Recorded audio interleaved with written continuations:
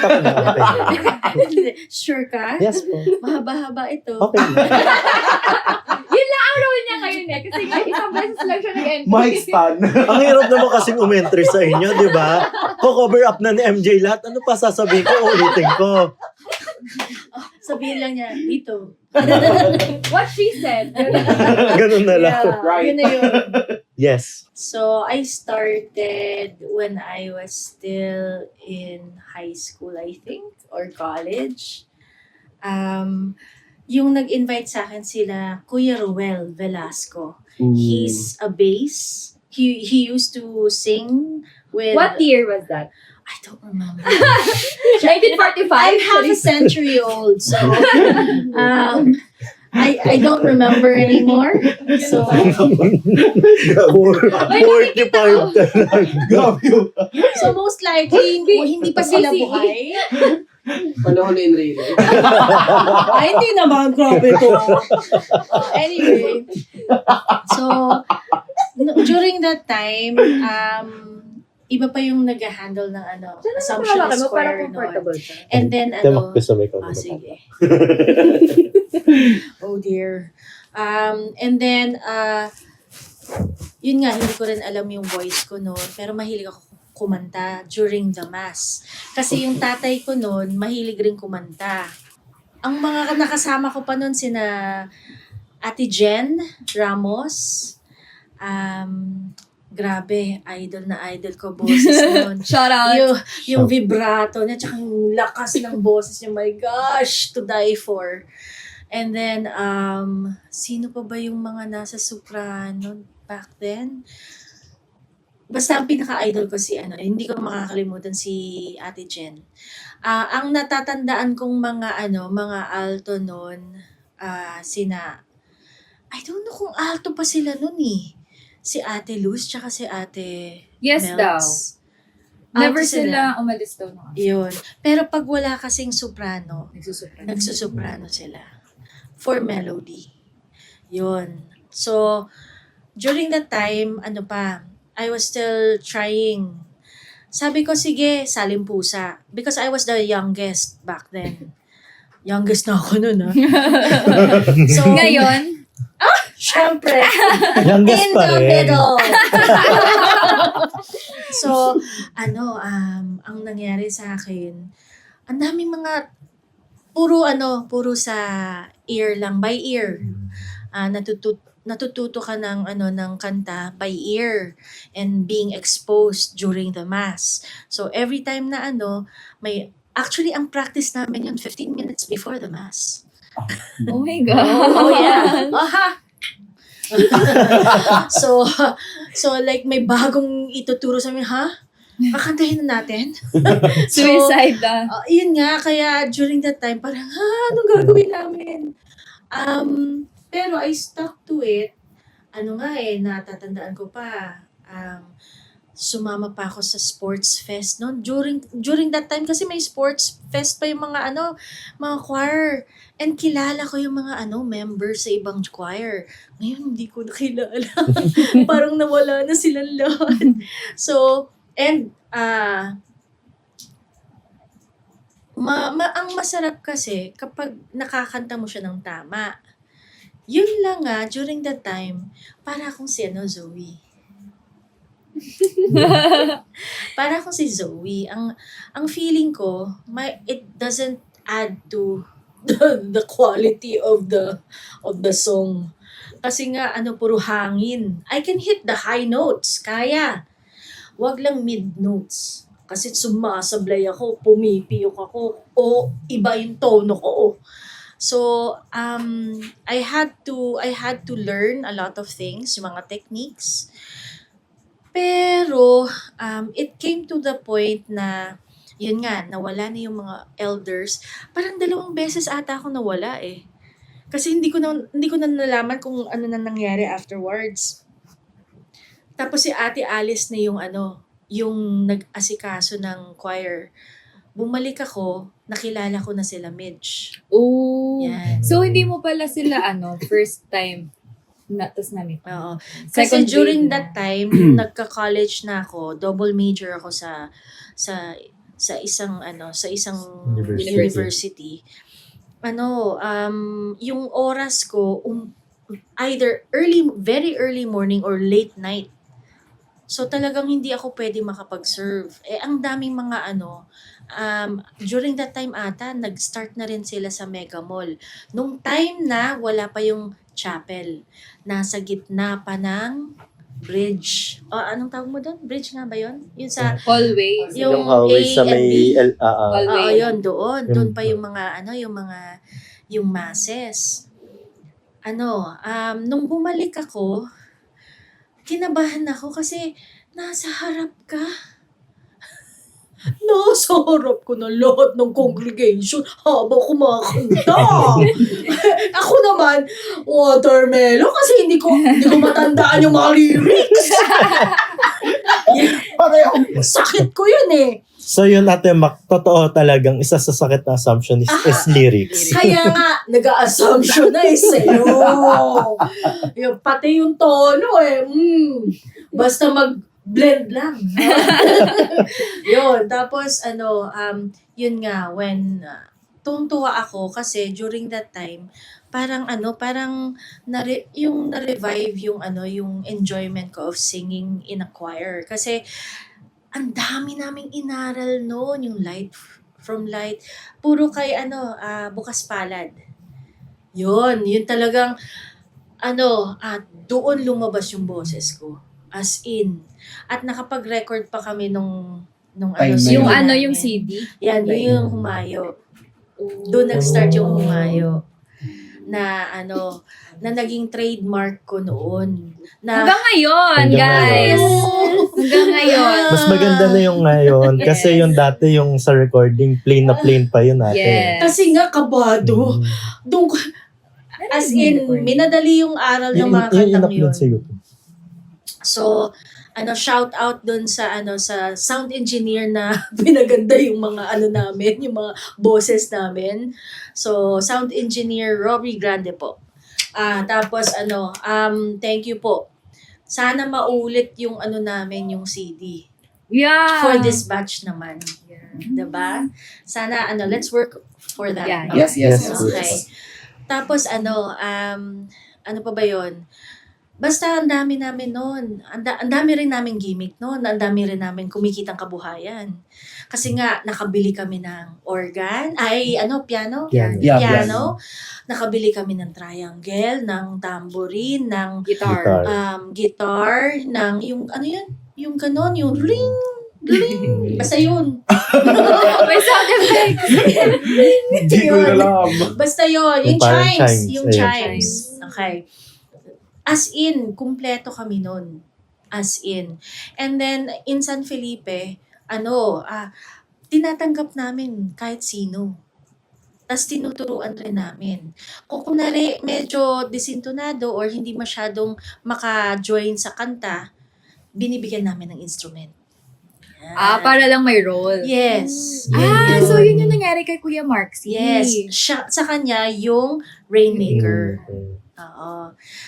Tapos, ang nangyari doon is, ewan ko ba, burnout rin siguro. Kasi Sa parang, dami. sa sobrang dami. And sa work, in terms of work, I think during that time ata, CPA na ba ako nun? Di pa, no? Ayun. May mga personal journeys and personal hurdles na, alam mo yun, pinagdadaan ng mga tao na kailangan, May sariling pangangailangan. yun. Yun nga, when you see me, I have a resting bitch face. Nakakatakot ako Literal. tingnan. Sa makeup pa lang, di ba? Yun. Tapos, so, ang nangyayari, during that time, I had to set aside my service for a while. Kasi nga, pati yung tatay ko nagkaroon ng cancer noon. Basta, my parents then, my father had a sickness and I had to be the one to be in charge of everything when it comes to scheduling his doctor's visit and stuff like that, and pag assist sa kanya. And then yun nga, I took the board exam how many times, and I wasn't as fortunate before. So yun yung personal portion ko na I had to deal with. Medyo nagtampo rin ata ako kay Lord nun eh. Okay. Oo. Kaya parang, ano ba talaga? Kasi like, for example, yung personal life ko, parang puro failures na. Tapos yung sa board exam, failure pa rin. Sabi ko, ano ba to? Failure ba ako? Am I a definition of failure? Yun, parang ganon. Yun yung feeling ko na, ano ba yan? And then, there was a time na nalulung naman ako sa artistry ko. Kasi bago ako maging CPA, nag-venture out naman ako dun sa artistry. So, may paintings, may mga exhibit. Sumalangit nawa, it was through Frances Santiago's efforts na mailabas ko yung artistry ko to the point na na-expose rin ako sa alternative music. Malay ko ba sa alternative music? Rockista to eh. May question. May question po. Ano? Bumubulong po kasi dito eh. Much Ito. better siyang sumagot, di ba? Siya yung nag-ano Ano nun yun? eh. Ano yun? I said, what's alternative music? I'm sorry. Alternative music includes Joy Ayala's music, Bayang Barrios, hindi siya pop eh.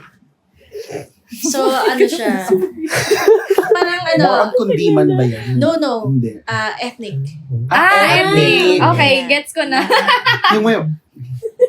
Ang lahat ng bagay. Okay, Okay. game. Gets. Yeah. Dalawa yung director sa likod. Pwede bang iharap sa kanila yung camera? Pwede ba? Ang problema yung AD dito, di nyo alam yung topic eh.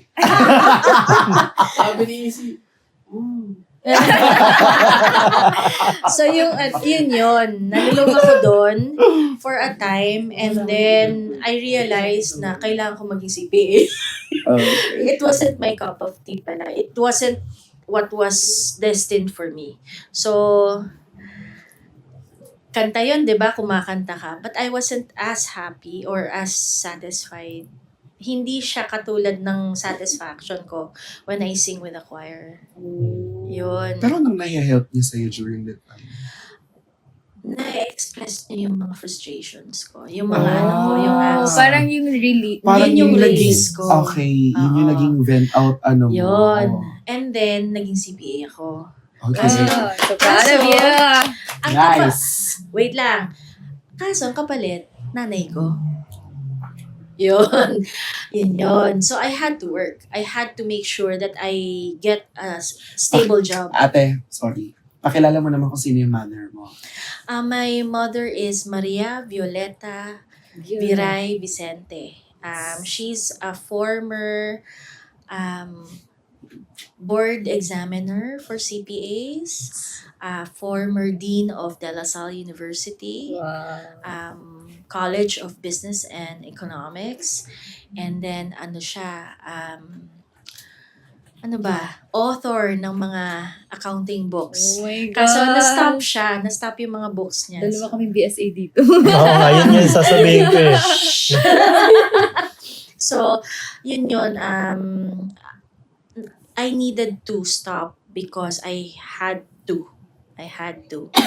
Pero, I felt that parang I wasn't going anywhere. Parang may frustration, I felt lost. And then, madalas sinasabi ni Midge Tampinko, Hi. si Midge, sabi niya, balik ka na. Ako ang nagsasabi, nagvo-vocalization pa ba kayo? Pag ang sagot hindi ako babalik. Kasi at that time, my voice was my investment. Kasi pag nagtuturo ka, kailangan buo yung boses mo. Which is Ayun. So, I had to take care of my voice. Tsaka marami pa akong marami pa akong issues noon during that time. Para siguro ako na burnout trend. Kasi parang umaasa sa'yo na ito yung mo, kailangan yung quality ng voice mo all the time, tapos i-hit mo yung note na mataas all the time. Ilan ang misa nun? How many years ko po naman? Tagal. Super tagal. 10 years. I guess. tingin ko 9. 9 or 10. Oo, 9 or 10 years. Nauna ka lang sa akin na wala. Mm. Tapos magkasunod na din tayo bumalik. Yeah. Actually, Yeah. I also had to grow up, mature, and be real to myself na nag-excuse ka lang, ayaw mo mag-commit. And to the point na ang feeling ko, I had to go back to the Lord. Yun. Ang nasa isip ko, natatandaan ko yung homily na when you sing for the Lord or when you sing in the church, you pray twice. Okay. Yun yun. sabi rin ni Ate MC yan last episode. Diba? Kasi it's true. It's true. And eto pa ang weird. Ang weird niya talaga. Kasi sinabi ko kay Lord, bigyan mo ako ng pagkakataong bumalik. And I will do my best to stay. Yun. Kaya nga, during the time nung bumalik ako, sinabi ko na sa inyo yung situation ko na I may not be available all the time because I also have other engagements and other commitments. Pero I will do my best to be there. Most especially sa practices. Kaya nga si Jorlyn, yung first understudy ko na working student, sinabi ko sa kanya, magtulungan kami and then tuturuan ko rin siya and sana makapag-attend siya ng mga practices.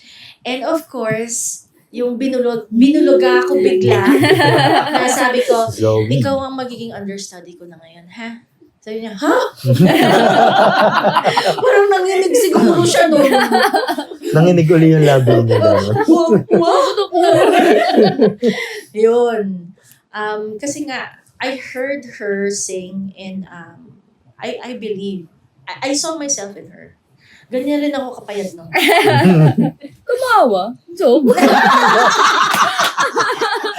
Siya yung unang tumawa.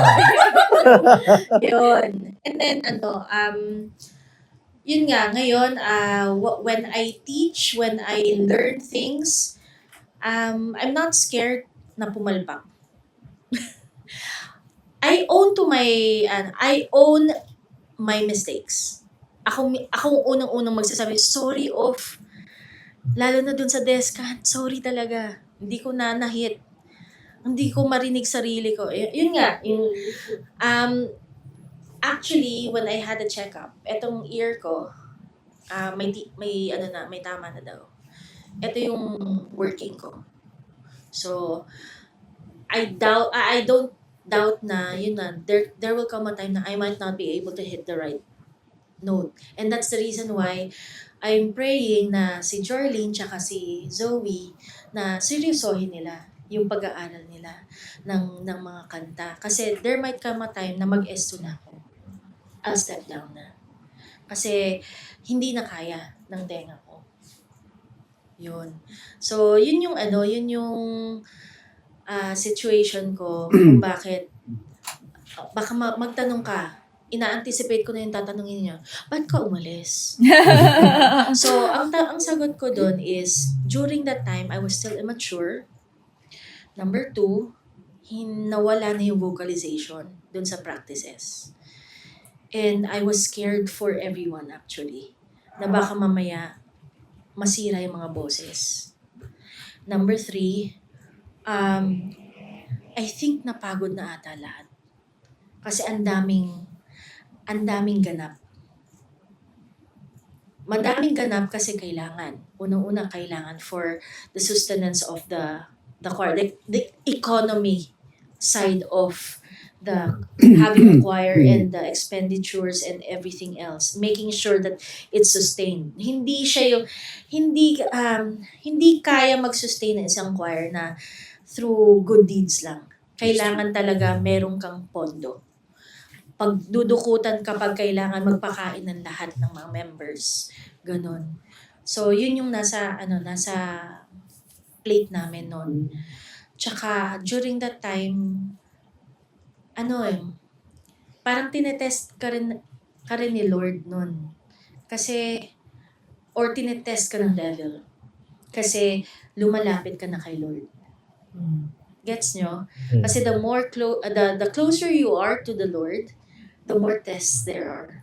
Yun yung belief ko. So kaya nga natatakot rin ako na baka mamaya bumigay rin ako. Pero my prayer is sana I'm able to serve without expectation of myself. Kasi, ine-expect ko, kaya ko yan. Nagawa ko dati, kaya ko pa rin ngayon. Pero ngayon, I'm taking it easy. I'm not putting pressure on myself. Kasi before, grabe ang pressure ko. Kailangan, pag naghumayo na, lyrics, oh my God. Kasi napapalit-palit ko, promise. Oo. Hanggang ngayon. Naalala ko yung natin, isang nating kanta. Alam ko yung pakiramdam. Yung Kaya pag biglang nawalan mahilig yun ng nasa harap lyrics. ng lyrics, yun ang di na makakanta You ko. feel in the blocks, pero hindi na mahalata. Basta tama yung tono. Diba? So, sabi kong ganon, I'm not after perfection. There's nothing perfect. But I'm after devotion. Right now. Yun sana. Kasi I'm trying to get back to my faith and to the service na 100% sana. Kaso, syempre trabaho, daming Ganun talaga. ganun talaga eh. Pero, alam mo yun, parang binibigyan ka ng pagkakataon always ni Lord. I-test yung mo. Hindi siya test eh.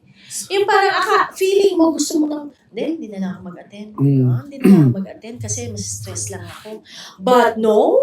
Gagawa niya ng paraan. Biglang may cancellation. O kaya biglang natapos ng maaga. So, pwede nang pumunta. Tatanungin ko, pwede mo bang humabol? Yes, Ate Mac! Okay, game! Yun. So, pagdating sa practice, biglang yun na yung, ako na yung magdideska. Okay ka dyan! Sakto din yung dating natin. Diba? Kumakanta na pagdating, Ate Mac, kanta. Okay. And ang kinatuwa ko, may nag-guide na sa atin. May nagkukumpas na, may nagpapiano, tapos, and ang worry ko rin kasi kay Kuya Rory about his health and his earnings as well. So, I'm so thankful na nasagot yung prayer natin ganun. Actually, I pray for you guys. Kahit na wala ako sa inyo, tapos nakikita ko yung mga posts niyo. Naiingit ako actually. Honestly. Parang, kakamiss, ganyan-ganyan. Pero pag naiisip ko na, okay, kailangan ka mag-deskan. Kailangan memorize mo yung mga lyrics. Kailangan memorize mo yung pyesa. Tapos, biglang may bagong kantang ipapakanta sa'yo. 5 minutes before the mass. Yung mga ganon. So, parang sabi ko, shucks, ayokong ganun. Pero ngayon, kahit na nangyayari siya, until now, it's still enjoyable because of the people. Yung mga changes na nangyayari. It's not that during that time, I'm partly to blame as well kasi hindi ako mature eh. Ang daming expectation, daming hanash, ang daming complaints.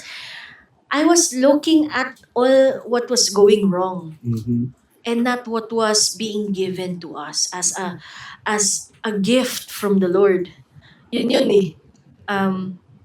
Ngayon, parang mas conscious ako sa sinasabi ko, sa even in my outbursts, tao lang, napapagod.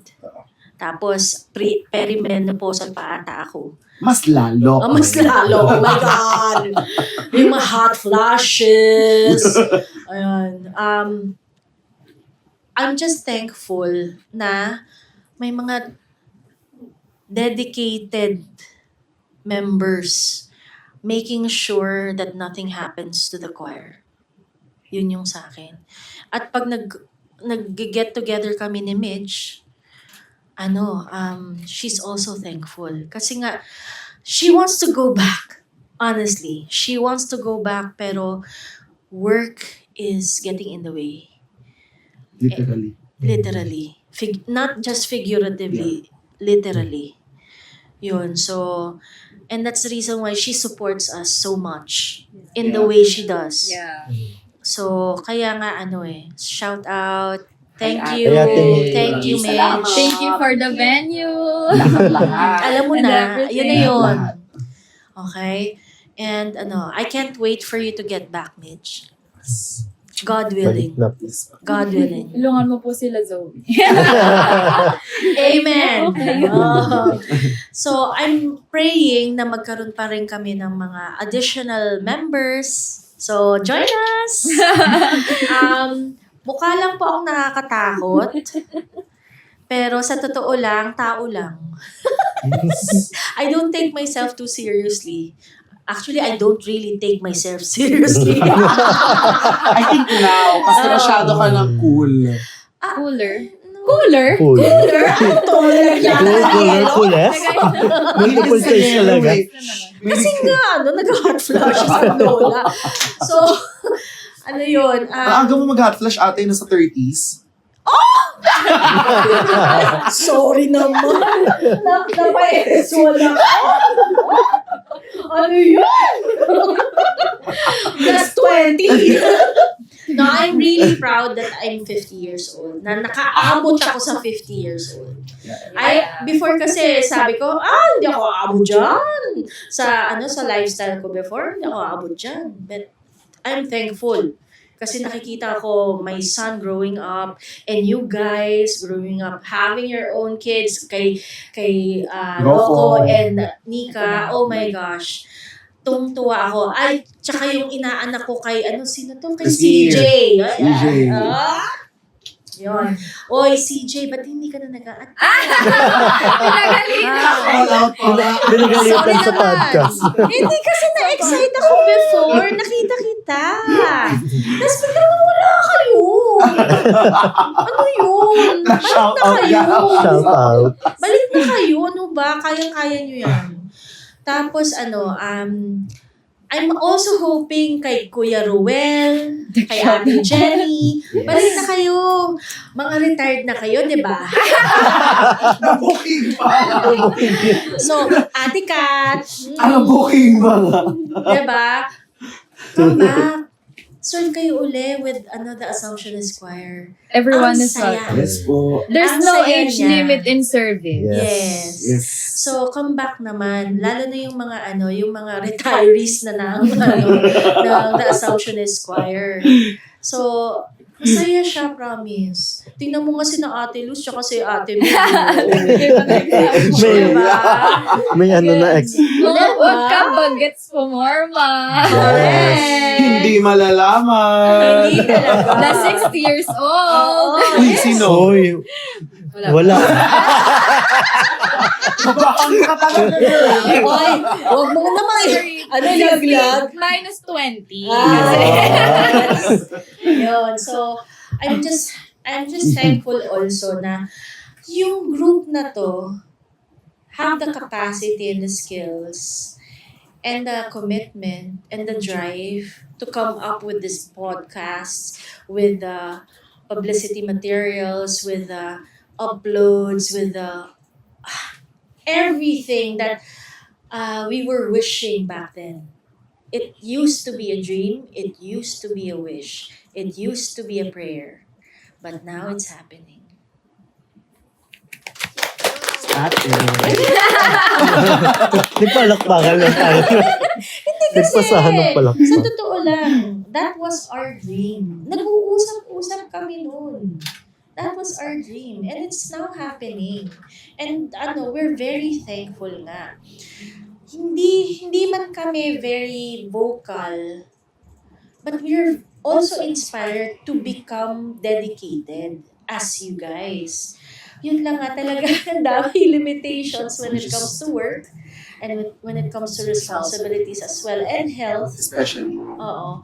So, dun kami, yun yung mga hurdles ng mga thunders, ng mga seasoned, the seasoned people or seasoned members, yun yung nagiging apprehension and hurdle pagbalik sa service. Yun yung sana magawa ni Lord ng paraan para magka-get together lahat ng mga batches. Praying for Yeah. that. Huwag po kayong ma-intimidate sa amin na marunong na po kami magbasa ng pyesa.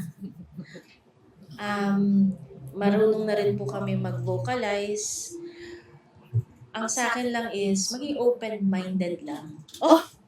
Open-minded ka ba? Nice! Tara na! Hindi mo lang naging 5K mo. Networking pa! Open-minded sa Grabe. business. Oh my God. Yun, so, sana nga, yun yung prayer namin lagi na makabalik yung mga gustong bumalik. Alam mo ba, habang nag-i-interview sila kay Zoe, gumagawa ako ng examination. Sabi ko sa inyo guys, follow lang kayo dito. Yung mga students lang BM, oh. Shout out sa mga mag-e-exam tomorrow. Matulog ng maaga. Sana Guys, abangan namin yung result, ha. So, comment lang kayo sa baba kung ano yung score result nyo? nyo. Oo. Ay, Kasi grabe. nakapag-exam na kayo Gusto nyo ba ng pag-upload. Gusto nyo ba na... Hindi. Wala lang. Gusto nyo ba lang wala lang. Kahit magbigay tayong pointers, tapos na Tapos sila na. mag-exam pagkakuha. January na to yan. Correct. Ganun kalupet. So, second sem na nila nun. Tapos na pala. Oo, second sem Holiday break na pala, no? Oo. So, yun. Ang message ko lang is, nobody's perfect. Yeah. And failure is not the end. Yes. And you always have a chance to redesign your life or redirect your life. It's a matter of choice. Diba, Zoe? Ayun lang. May pa-ending na agad siya, Mac. Pero yun nga, di ba? Sa mga kwento nila is, yun nga, hindi naman dapat tayo matakot sa mga failure natin. And yun nga, try lang tayo ng try. Huwag tayong matakot. And hindi naman ibig sabihin na nagkamali tayo sa una. Yun yung katapusan ng lahat. So, yun nga. And if ever naman malas tayo ng track din, God will make a way. gagawa ng way si God sa atin na para makabalik. Which is yun yung nangyari kay Zoe, kay Ate Mac, na bumalik pa rin sila sa Assumptionist. And just sa mga ibang members din natin na gusto and yung mga hindi pa natin members na gustong sumali. Ha? Ano daw? Ituloy mo na siya. Yun nga, is welcome pa rin sila sa Assumptionist. Kasi nga may kasabihan tayo na Once an assumptionist, always an Assumptionist. so kita-kits tayo next episode. See you! Bye! Bye! Direct cut! At